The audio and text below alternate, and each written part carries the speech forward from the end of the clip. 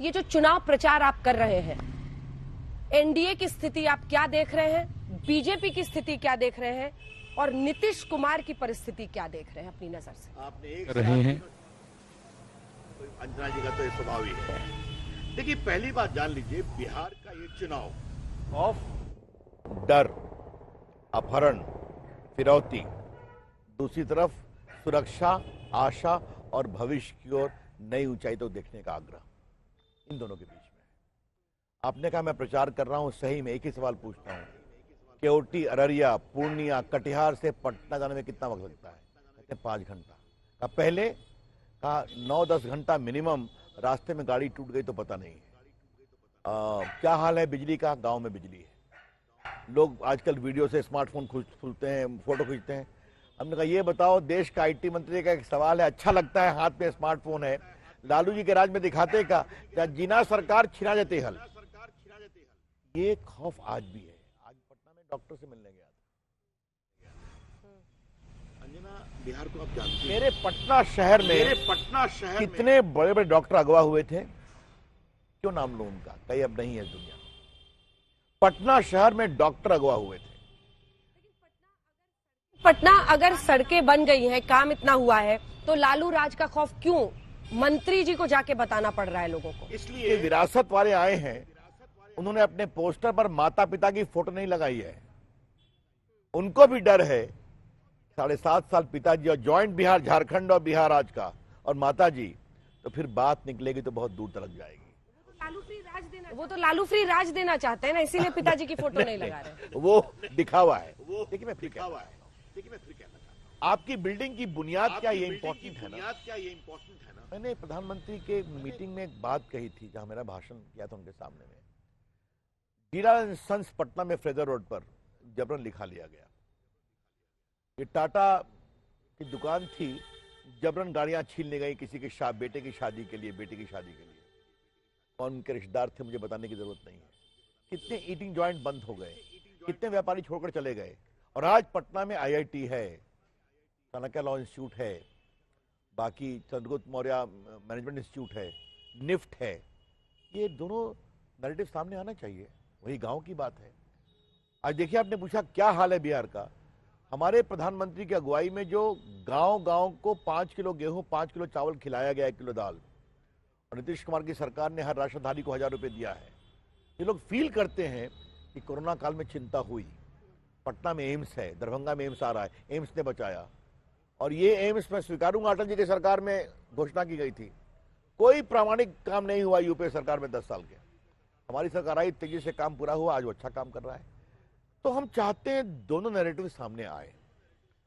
देखिए, नीतीश जी के बारे में मैं आपको एक बात कहूंगा, नीतीश जी एक सुलझे हुए नेता है, नीतीश जी एक ईमानदार नेता है, और बिहार के प्रति विकास का कमिटमेंट उनके अंदर कूट-कूट कर भरा हुआ है।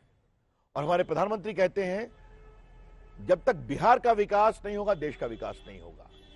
तो ये जनता के सामने जा रही है बातें, तो जाने दीजिए ना।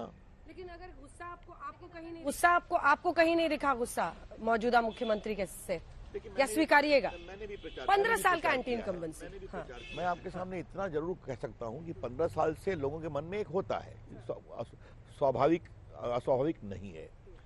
लेकिन जो विरोध की बात आप कर रही हैं, तो अगर 25,000 लोग बैठे हुए हैं, 10 लोग विरोध कर रहे हैं, या कुछ लोग विरोध करवा रहे हैं, ये भी तो सवाल है ना।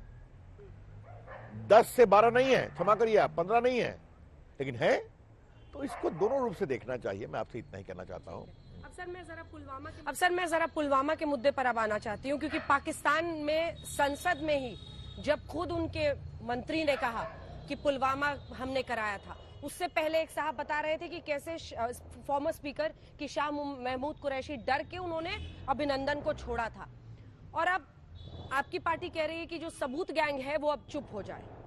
क्या इससे परिवर्तन हो जाएगा वाकई उनकी सोच में? इसको किस तरह से देख रहे हैं? ये सबूत गैंग जो है ना, इसको न भारत की सुरक्षा की चिंता है, न भारत की सामरिक नीति की चिंता है। इनको चिंता है नरेंद्र मोदी को एम्बैरस करना, बस।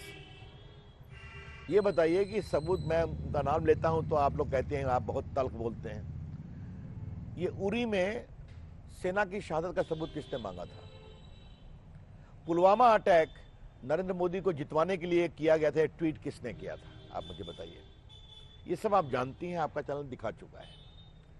आप मुझे ये बताइए कि बालाकोट में भारत के स्ट्राइकिंग एयर स्ट्राइक पर सवाल किसने उठाए थे, सबूत दो। जबकि पूरी दुनिया ने माना कि 150-200 आतंकवादी मारे गए। अब आपने बात कही है पुलवामा की, जो वहां उन्होंने एडमिट किया है, तो ये तो बहुत बड़ी बात है ना। और हाँ, अगर वहां चर्चा हुई है तो शायद पाकिस्तान की सरकार को ये मालूम था कि अभिनंदन को अगर नहीं छोड़ते तो ये नरेंद्र मोदी का भारत है, एक साहसिक नेता है। पॉलिटिकली अब इसका इस्तेमाल करेंगे आप, अब इसका इस्तेमाल करेंगे आप लोग। हर चीज को हम पॉलिटिकली इस्तेमाल नहीं करेंगे, लेकिन अगर सवाल उठेंगे तो क्यों नहीं सवाल पूछेंगे। अगर कांग्रेस पार्टी के एक नेता बड़े जाके कहते हैं कि पाकिस्तान में कोरोना का मैनेजमेंट हिंदुस्तान से बेटर है, अगर इमरान खान श्रीमान राहुल गांधी के सवाल को उठाएंगे यूएन में इंडिया के खिलाफ, तो ये विषय बनेगा ना, और बनना चाहिए कि नहीं बनना चाहिए। तो फिर मैं आपसे पूछता हूं कि राफेल के विषय पर कितनी तल्ख टिप्पणी की गई, कितनी स्तरहीन टिप्पणी की गई, तो सच्चाई तो सामने आ जाती है ना, सच्चाई सामने आ जाती है। तो आप इस मुद्दे पर अब कांग्रेस और पूरे विपक्ष को कह रहे हैं कि वो देश विरोधी हैं। मैंने ये तो नहीं कहा, मेरे शब्द थे सामरिक नीति। देखिए, कुछ मामले में कंसेंसस रहता है। अब यहां पर वो आए ना, क्या कह दिया था भाषण में कि 1200 किलोमीटर चीन की सेना घुस गई है। अब उनकी कौन स्क्रिप्ट लिखता है नहीं लिखता है, छोड़ दीजिए, चर्चा का विषय होना चाहिए। लेकिन कुछ मामले में दुनिया का एक वसूल है कि चुनाव में सामरिक नीति के बारे में थोड़ा हम लोग सावधानी बरतते हैं। अब वो सावधानी बरतने का युग खत्म हो गया है। एक दो सबूत गैंग एक एजेंडा तय करता है, बाद में एजेंडा पर उनकी पिटाई होती है, वो एजेंडा असफल साबित होता है, कई मामले में झूठ साबित होता है। तो ये तो ईमानदारी होनी चाहिए ना कि हमारा असेसमेंट गलत था, ये तो मैं कह रहा हूँ। और क्या कहते हैं, कश्मीर में लेकिन 3 बीजेपी नेताओं की हत्या हुई है, उसको लेकर भी एक जबरदस्त बवाल है।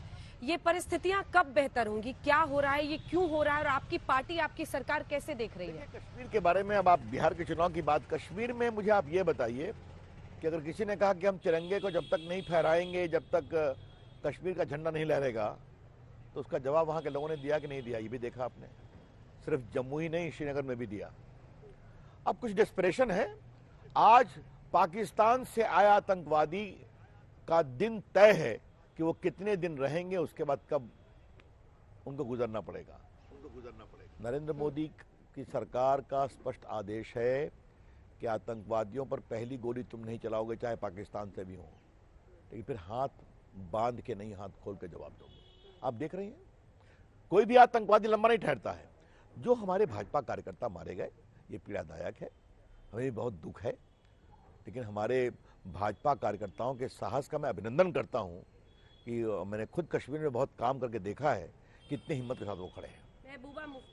महबूबा मुफ्ती, उमर अब्दुल्ला, सब अब बाहर हैं, फारूक अब्दुल्ला, सब एक साथ हो रहे हैं। अब सवाल यह है कि वो तिरंगे को लेकर जो उनका रवैया है, वो अब एक बार फिर से खुलकर सामने आ गया है। वो परिस्थिति कैसे नियंत्रण में आएगी और बदतर नहीं होगी, ये भी आप ही लोगों को देखना पड़ेगा ना। बहुत सिंपल है अंजना जी, कश्मीर की राजनीति का पूरी बुनियाद बदल गई है उसकी।